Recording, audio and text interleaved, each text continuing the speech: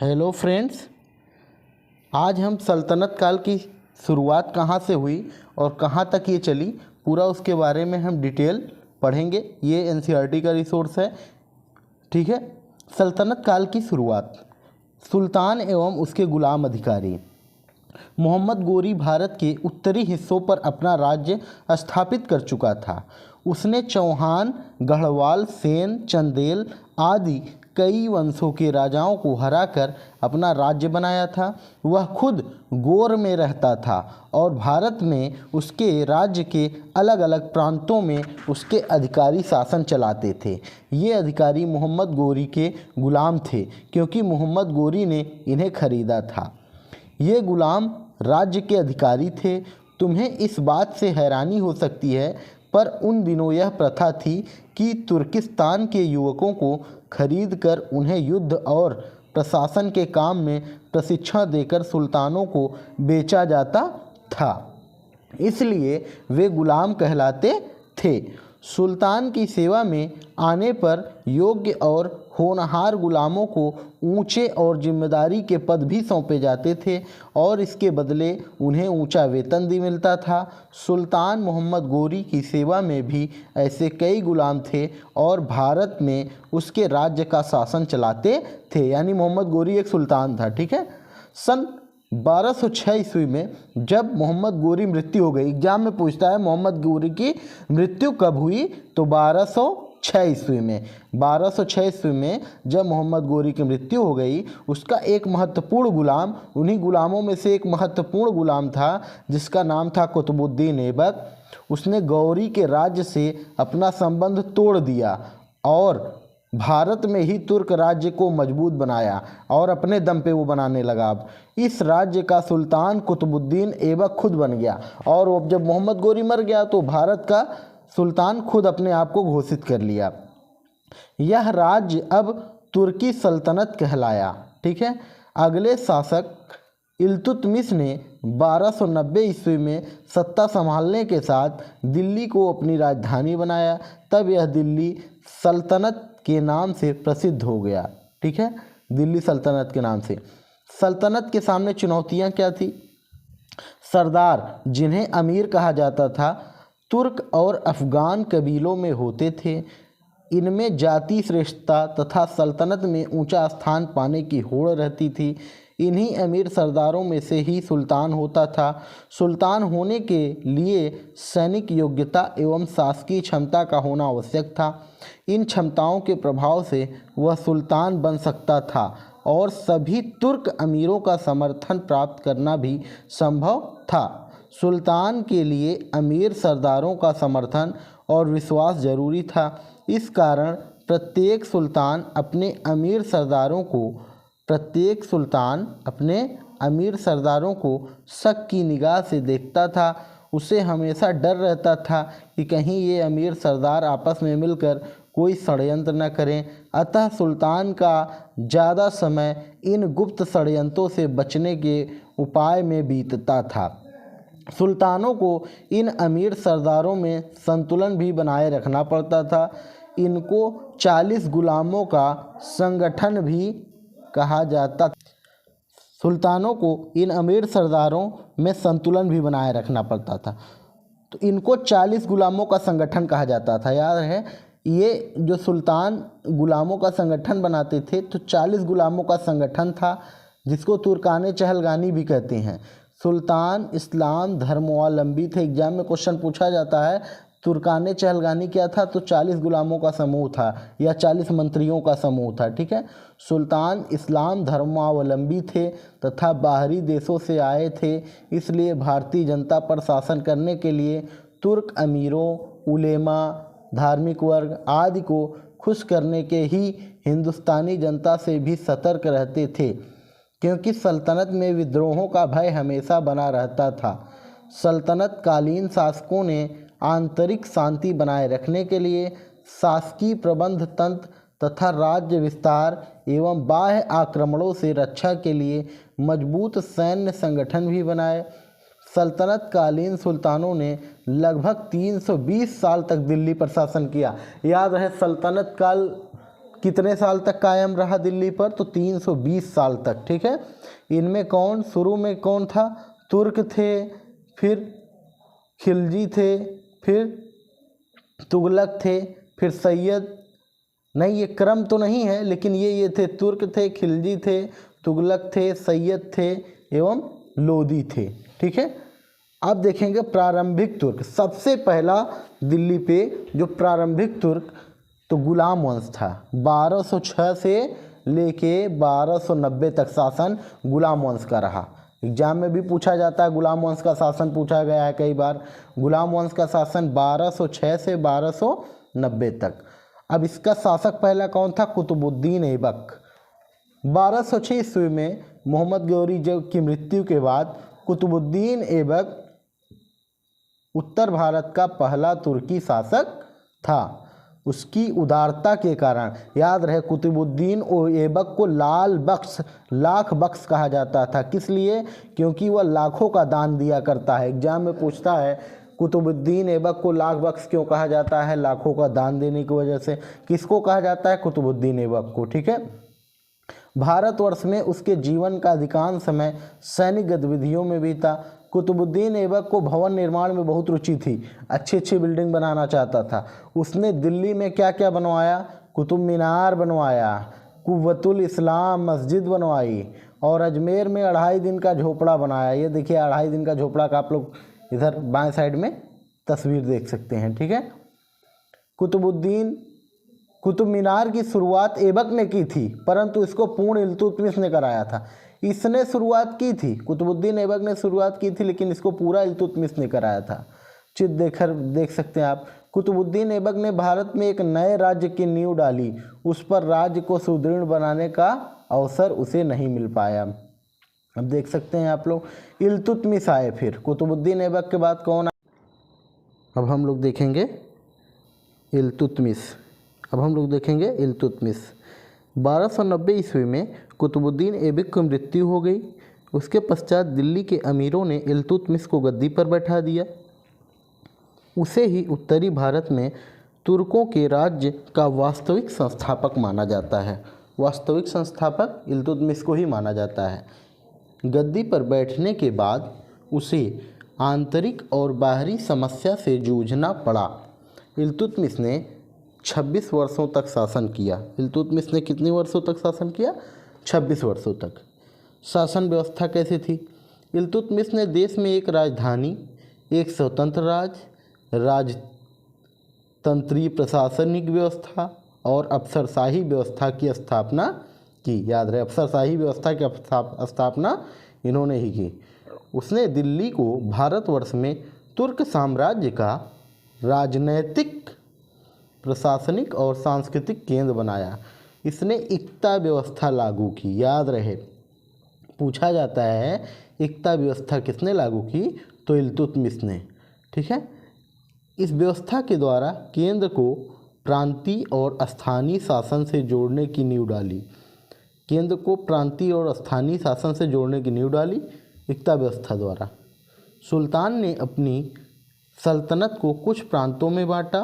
प्रांतों को इक्ता कहते थे, प्रांतों को ही इक्ता कहते थे। ठीक है, हर इक्ते में सुल्तान अपने एक जिम्मेदार सेनापति को नियुक्त करता था, जिसे इक्तादार कहते थे। ठीक है, क्या पिछले कक्षा में आपने स्थानीय शासन की ऐसी सुनियोजित व्यवस्था के बारे में सुना है? ये देखिए इल्तुतमिश का साम्राज्य कहाँ कहाँ था। ठीक है, देख सकते हैं येलो कलर से जो भी है, प्रयाग, बनारस, पटना, ग्वालियर, अजमेर, उज्जैन, सब देख सकते हैं आप। चलिए आगे चलते हैं। इक्तादार के पास अपनी सेना होती थी और प्रशासन चलाने के लिए अधिकारी होते थे। इक्तादार इनकी सहायता से राज्य की रक्षा करते थे और राय एवं राणाओं से कर वसूलते थे। ठीक है, राय एवं राणाओं से कर वसूल, कर मतलब टैक्स। अपने इक्ते से इकट्ठे किए गए कर से वे अपने अधिकारियों का और अपने सैनिकों का खर्चा चलाते थे। इस खर्चे के ऊपर जो टैक्स बचता था उसे सुल्तान को भेज देते थे। हारे हुए राणा अक्सर सोचते थे, मैं क्यों अपने यहाँ का इतना सारा टैक्स इकट्ठा करके तुर्कों को दूं, मैं पहले ही तरह खुद क्यों न रख लूं। जब वे आकर मांगेंगे तब देखा जाएगा। मौका देखकर राय राणा आदि कर देना बंद कर देते थे। फिर सुल्तान या उसके इक़्तिदारों को ऐसे विद्रोही राजाओं व राणाओं पर हमला करके ज़बरदस्ती उनसे कर वसूल करना पड़ता था। इल्तुतमिश ने मुद्रा व्यवस्था में सुधार करते हुए चांदी का टंका और तांबे का जीतल चलवाया। याद रहे, चांदी का टंका, तांबे का जीतल इन्होंने ही चलवाया। 1236 ईस्वी में इल्तुतमिश की मृत्यु हो गई।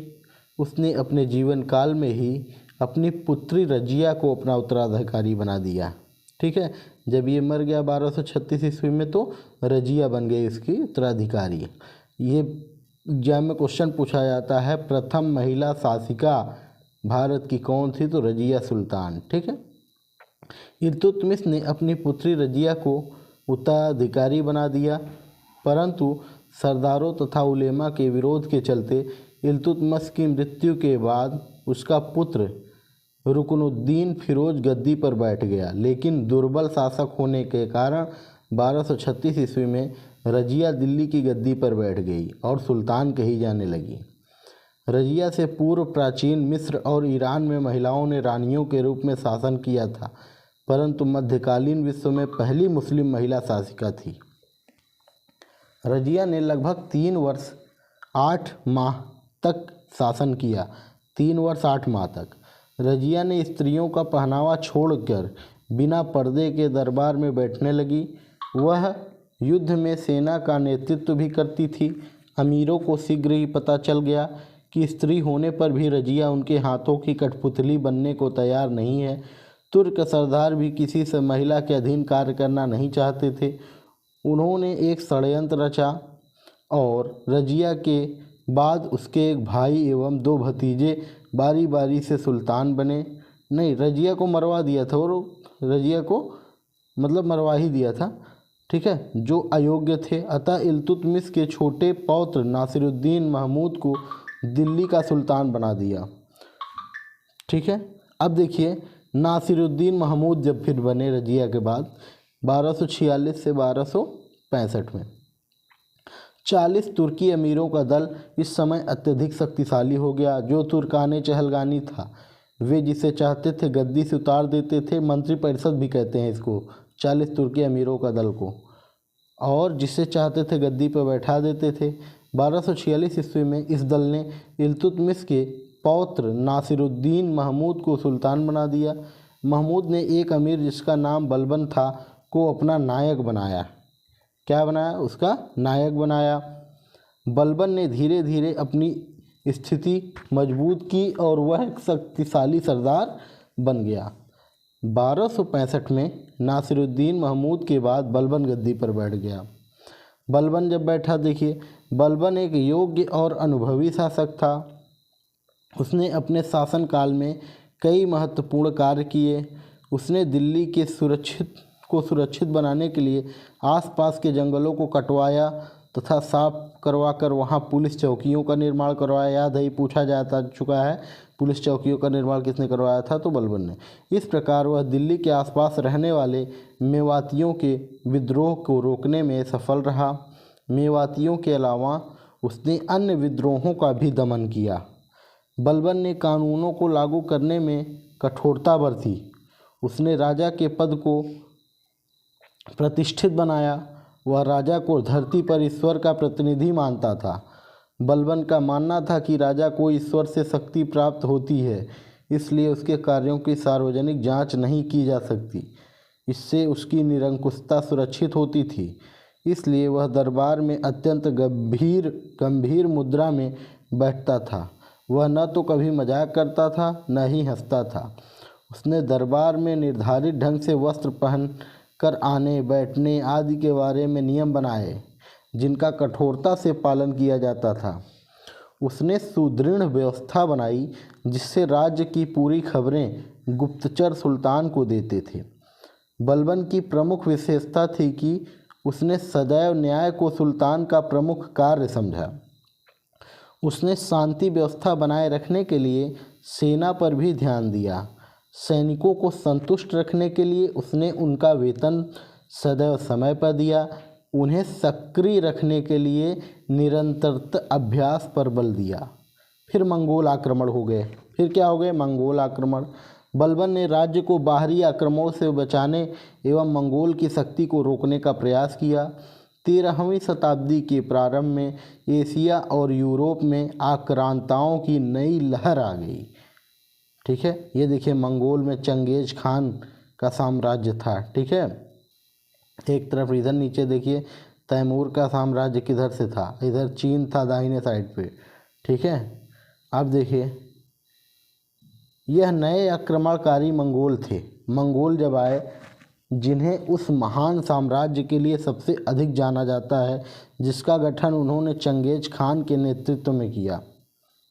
13वीं सदी का अंत होते होते मंगोल साम्राज्य ज्ञात दुनिया के बड़े भाग तक फैल चुका था।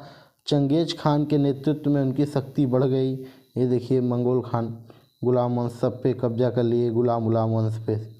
ठीक है, चंगेज खान की ये फ़ोटो दिखाई गई है, देख सकते हैं आप लोग। मंगोल आक्रमण की भयंकरता को बलबन भली भांति अनुभव करता था, इसलिए उन्हें रोकने के लिए उसने मंगोलों के मार्ग में पड़ने वाले पुराने दुर्गों की मरम्मत करवाई तथा नए दुर्गों का निर्माण करवाया। वहाँ पर हिष्ट पुष्ट सैनिक एवं विश्वसनीय और अनुभवी अधिकारियों को नियुक्त किया। शस्त्र तथा भोजन आपूर्ति की पूर्ण व्यवस्था की वहाँ पर की गई। फारसी शब्द मुग़ल का उद्भव मंगोल शब्द से हुआ। याद रहे, मुग़ल फारसी शब्द है।